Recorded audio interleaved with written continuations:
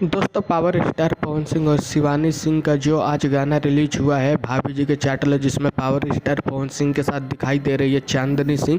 दोस्तों ये बात आप लोगों को बहुत अच्छे तरीके से पता है कि जब जब चांदनी सिंह और पावर स्टार पवन सिंह की जोड़ी आती है तो पूरी भोजपुरी दुनिया में आग लगा देती है।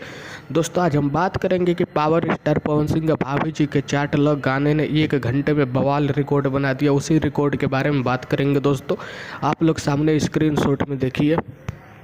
दोस्तों आप लोग सामने स्क्रीनशॉट में देख सकते हो 1 घंटा में 29,000 व्यूज है और 27,000 लाइक है। यानी कि दोस्तों लाइक से अंदाज़ा लगाया जा सकता है कि रियल टाइम व्यूज कम से कम 5 लाख हो चुका है 1 घंटे में। दोस्तों 29,000 जो व्यूज दिखा रहा दोस्तों, इतना ज़्यादा व्यूज आ गया है कि यूट्यूब अपडेट नहीं कर रहा, फ्रीज हो गया है।